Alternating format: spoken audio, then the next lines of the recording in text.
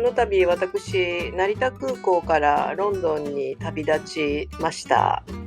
これ7月の初旬ですね。エアはカタール航空です。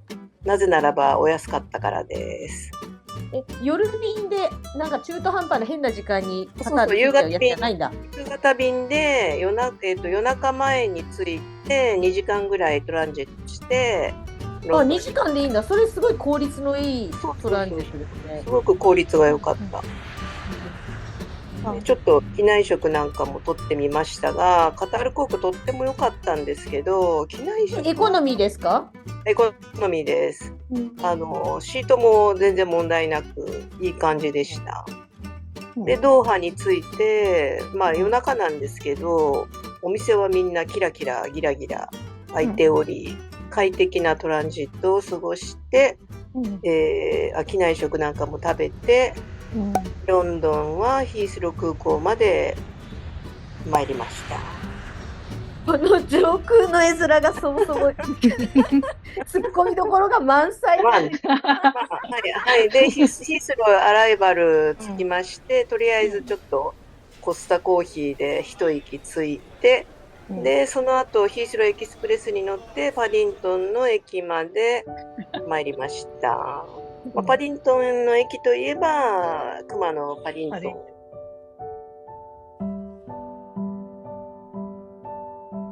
この今のスーツケースについて触れなくていいの？スーツケースはグローブトロッターです。20年もです。エアビーに泊まったんですね。で、そのエアビーの駅がウェストボーンパークという駅でして、ちょっと、日本でいうところの、どこだろうな。ちょっと外れにある、なんていうんですか。北の方っていう。なるほど。はい。このマインド・ザ・ギャップといえば、イギリスといえばマインド・ザ・ギャップ。ハブウェイの駅なのに、地上だみたいな感じなんです。四谷的なやつだ。そうですね。四谷的な感じですね。四谷的な。まずはちょっとハロッズ行ってみようかなと思ってハロッズ行ってみまして、1ポンド200円換算なので、何もかもが高い。高いね。歩いて行けるハイドパークに行って、ちょっとランチでも食べようかなと思ってちょっと眺めてみております。ハイドパーク、鳥さんがいっぱいいるから、ちょっと撮ってみました。気温はね、多分日本と同じくらいなんだけど、ちょっと日陰に行くと若干涼しげな。これが、これ1400円。単なるサーモンのクリームが挟まったベーグルですけど、まず1400円。高いな、おい。高級ランチをこうやってハイドパーク眺めながら、でこういうちょっとした目印が好きだよと。これはハイドパークのそばにあるキャフェテリアですね。で皆さんいろいろレモネード飲んだりとかビア飲んだりとか、気持ちよさそうに過ごして、右側がドッグ用の餌のおやつみたいなのも売っていて、非常にペット用のやつってことですね。そう、ペットフレンドリーなイギリスみたいな。非常に広い、ハイドパークって広いから、こういうちょっと森っていうか山の中みたいにもっさりしてるとこもあれば、綺麗な芝生のとこもあったりとか、すごい起伏に富んだガーデンですよっていう。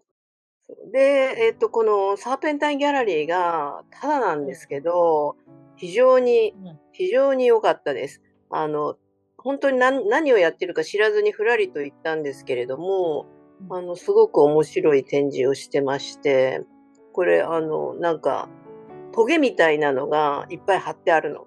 そう、とか、こういう、なんか、ちょっと植物っぽいそうで、この左側の土みたいなのは、こうやって右手のアーティストが自分が寝転んで、ちょっとくぼみをつけましたみたいな、説明を見ないと何のアートかよくわからないアートだったので、ちょっとこういう写真も交えてみました。で、ここビクトリア&アルバート美術館に行く前なんですけど、でこれが、ビクトリア&アルバートミュージアムのこれ中庭ですかね。はい、その辺も全然歩いて行けちゃうので、テクテク歩いて行ってまいりまして、まあこちらもただですね。建物が素敵。建物がとってもただなんでしたっけ？企画展だけお金払う。企画展はお金を払うんだけど、普通のパーマネントは大丈夫なんだ。へいろいろドネーションとかもなくて入れるんですか？まあドネーションしたければしてください。しなかったんだね。なんかどうもイーストの方に新しいビクトリア&アルバートミュージアムっていうのができたらしくって、そっちもモダンで素敵よっていう噂は聞いたのですが、まあ、今回はちょっと本家本元しかお邪魔はしなかったんですけれども、ここはもうエントランスのところで上からちょっと眺めている感じですね。で、まあ、ここインフォメーションカウンターみたいなのが下にあって、天井とか壁とかちょっとね、美しいものをちょっと撮ってみました。で、お次はナショナルギャラリー。ナショナルギャラリーって近いんですか？いや、ナショナルギャラリーは全然近くないので、これまたちょっと間がなくて飛んじゃってますけど、ナショナルギャラリーは同じ一日の工程ではなく、一日の工程なんだけど、ちょっと間がなかったですね。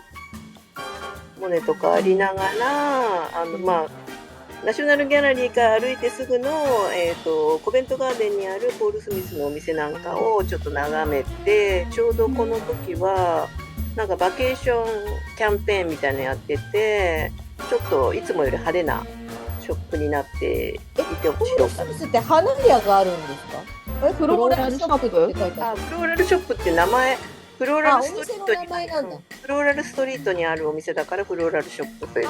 そういうことですね。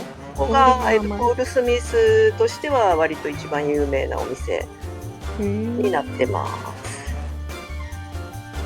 す。で、ここがお昼をいただいたシップタバーンというパブ。ガラスがすごい歪んでいる。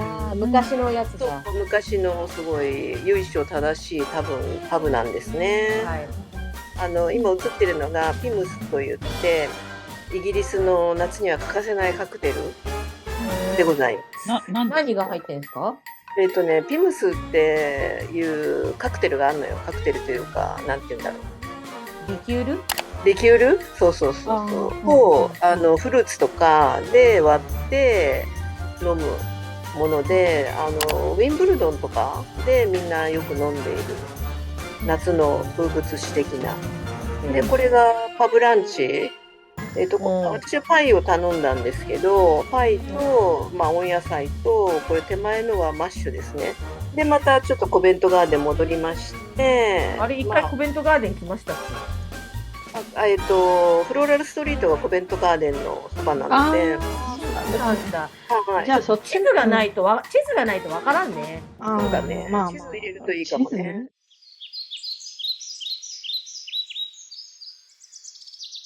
美味しそうなケーキを眺めてみたっていう感じですかね。イギリスっぽいかなと。で、これ左は刺繍なんですね。地下鉄の路線図を刺繍でやるっていうやつなんで欲しかったんですけど、高かったので買いませんでした。1万円ぐらいしたので。1万円。で、右のワンコは死んでるわけじゃなくて昼寝してました。はい、で、ちょうどコベントガーデンで、ウィンブルドンのパブリックビューイングをやってたんですね。で、この赤い先ほど私が飲んだカクテルがこのピムスっていう、やつなんですけど、パブリックビューイングをしており、そこでみんな自由に入って、まあ、飲み物は買わなきゃいけないんだけど、椅子とかあってみんなでわーわーウィンブルドンを見ると、大きな画面で。で、ここがイギリスの某有名ファッションデザイナーさんも通われているデリー、すっごいイギリスっぽいデリー。ちょっとお店の中撮ってないんですけどまあ、これもフローラルストリートなので、さっきのポール・スミスのお店に近いところにあるデリです。おすすめ。で、アラビカコーヒーがなんかウゴのタケノコのようにいっぱいあって、とまたある一時期のスタバみたいな感じでもうボコボコできていて。アラビカってどこのでしたっけ？日本人オーナーが香港でスタートし、2014年に京都に進出的な。だからもともと日本人だけど日本が出発点ではないっていうことか。まあ逆輸入的に先に海外で盛り上げたっていうパターン。ということだね。イギリスっぽい。そうそう。ギャラリーのねウィンドウですね。で、イギリスっぽいといえばフォートナム・メイソン。ちょっと今回すごくフォートナム・メイソンに行きたくって、フォートナム・メイソン行ってまいりまして、これ食品フロアの地下なんですけど、この辺チーズですね。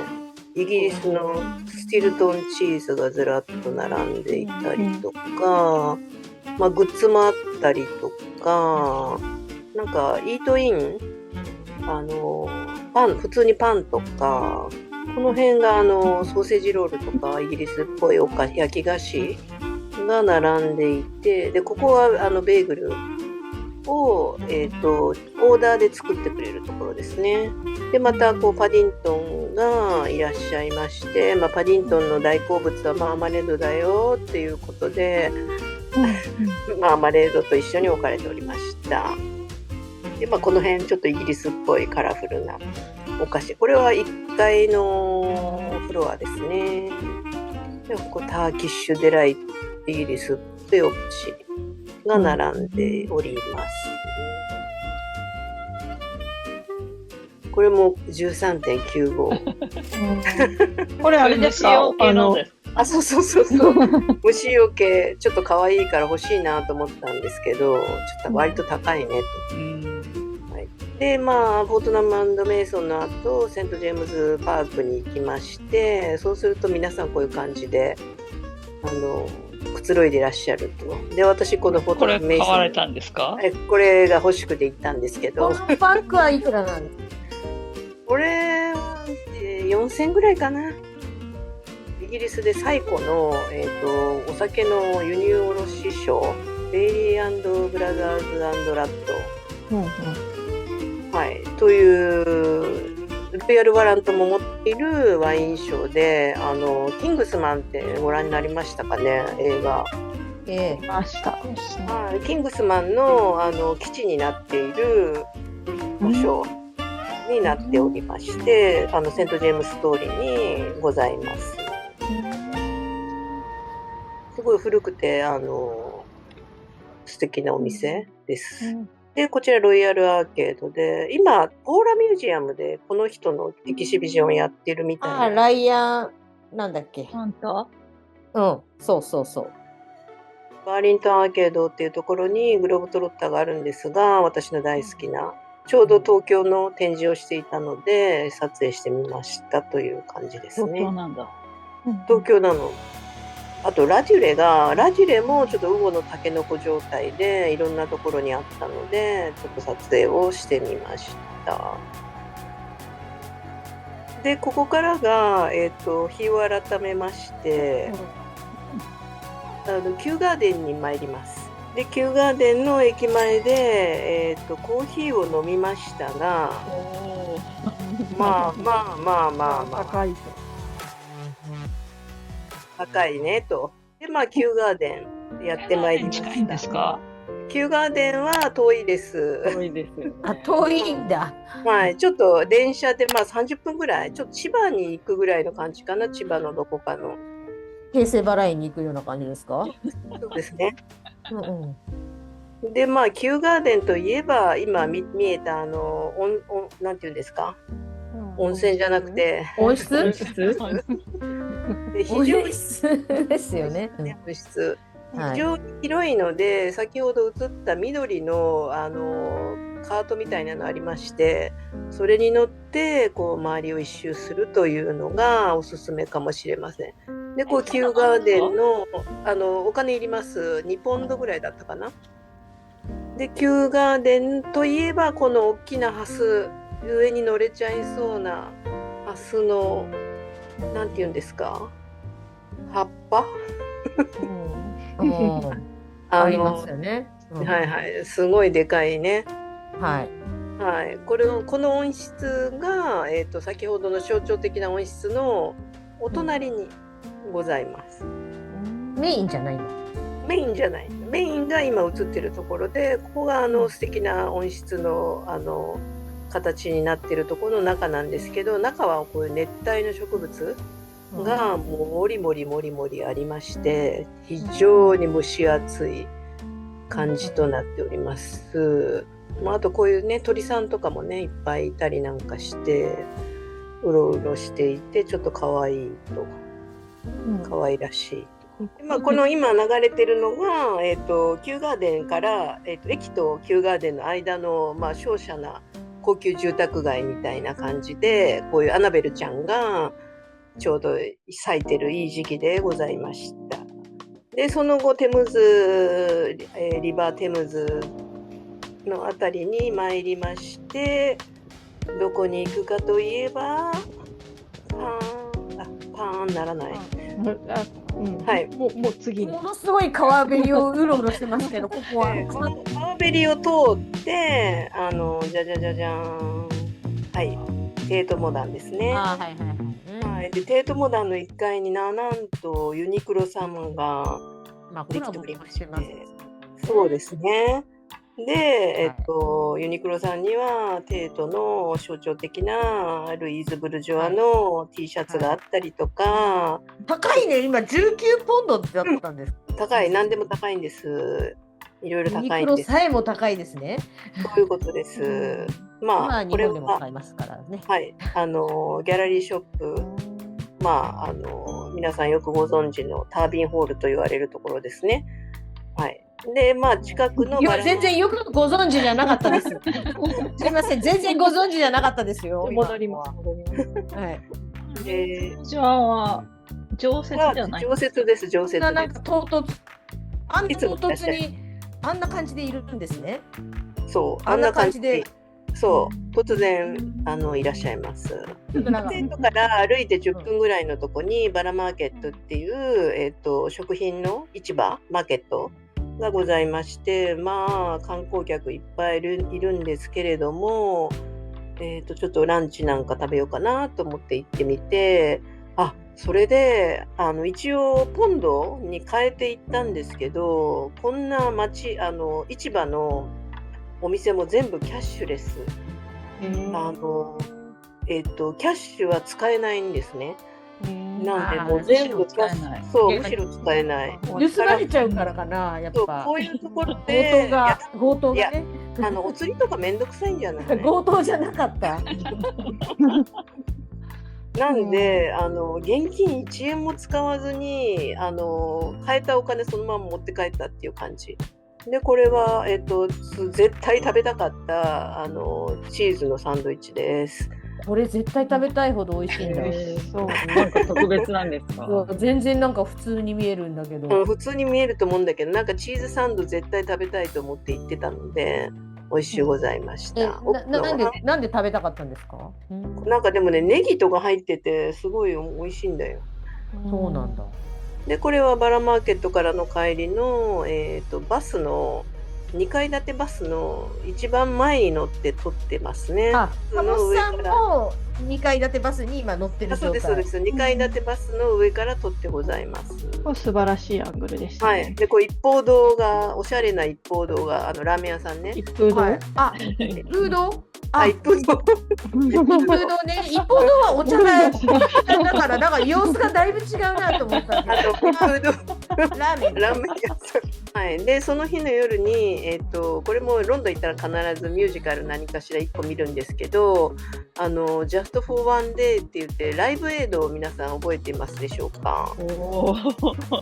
ライブエイド、そう、ライブエイドのその1日の、に向けてのちょっとしたお話になっていて、はい、割とこう人気の出し物で、地元の若いギャルとかもいたりなんかして、とっても面白いミュージカルでした。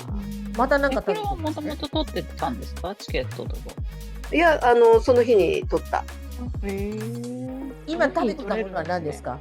アイスクリームです。幕間にアイスクリーム売りが来るから、はいはいはい。エスカレーターすごい長いのが両脇にいろんなミュージカルの出し物のポスターとかわーって貼ってあるので、何見たいかなとか思って見るのも楽しいかも。でここがちょっとエンジェルっていう地区の方に行ったんですが、こういうちっちゃな全然わかんない。エンジェルってどこですかみたいな。イーストの方ですね。だからテムズ川の上の先の方ですね。はい。でどこに行きたかったかっていうと、このループニッティングっていうお店が、毛糸のお店、編み物のお店でちょっと可愛いっていうことで噂を聞きつけ、ちょっと行ってみたらすっごくちっちゃいお店だったんですけど、なんか置いてあるものはイギリスらしくって、ちょっとクロッシュ編みのものとか、右側ボタンとかありますけど、可愛いものがいっぱいあったので、ちょっと行ってみました。あとこういうちょっとレタリングされたものとかも面白いなと思ってちょっと撮ってみました。あとこれは、ちょっと私紅茶関係のお仕事をしたいなと思っておりまして、リサーチがてらいろんなスーパーマーケットの紅茶を、どんな、なんていうんですか、みんなどんな紅茶を好むのかなと思っていろいろ撮ってみています。イギリスだからこんだけあるんですか？そうですね。非常にたくさんの種類。やっぱすごい量多いね。すごい量があって、でも置いてるスーパーによって、ここはやっぱ庶民的だから PG チップスが多いのねとか、ここちょっとスノップだからなんかオーガニック系多いのねみたいなのがあって、ちょっと面白いなと。ブリューティーっていうところが美味しいですよっていう。はい、でその後行ったのが、ブラウンズホテルというところのアフタヌーンティーに行ってまいりました。このお兄さんがね、生ピアノをピロピロ弾いてまして、とってもムーディーな雰囲気のアフタヌーンティーでございました。で、量多いよね。量多いなと思ってパクパク食べてたんだけど、サンドイッチをまず食べるんですね。で順番ですか？そうでサンドイッチ食べ終わった段階で、もっといるかって聞いてくるんですよ。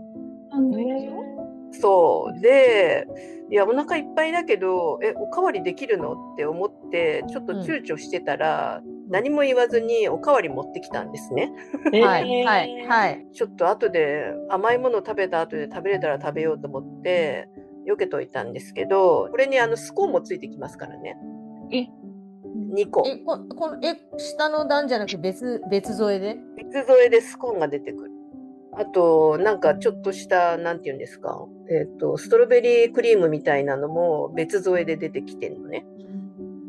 だからスコーンがこれにプラス2個ついて、もう1個ちょっとパフェみたいなパフェっぽいものがついてくるので、もう本当にお腹いっぱいで、本当にもうスコーンとか食べられなくって、もうお腹いっぱいですって言ったら、じゃあドギーバッグ作ってあげるねって言って、素敵な入れ物におかわりしたサンドイッチとスコーンとクロテッドクリームとジャムを入れたピクニックセットを作って持たせてくれるという素晴らしいサービスで、また近くにあるポール・スミスのアルバマールストリートというお店をちょっと撮ってみました。で、帰り乗り換えの駅のベーカーストリートの駅なども、シャーロック・ホームズの影は右側のちっちゃいシャーロック・ホームズで描かれているという。今度は分かりやすい。芸の細かい間違いがいるとかそういうことはない。そういうことは一切ない。でユーロスターに乗ってパリへ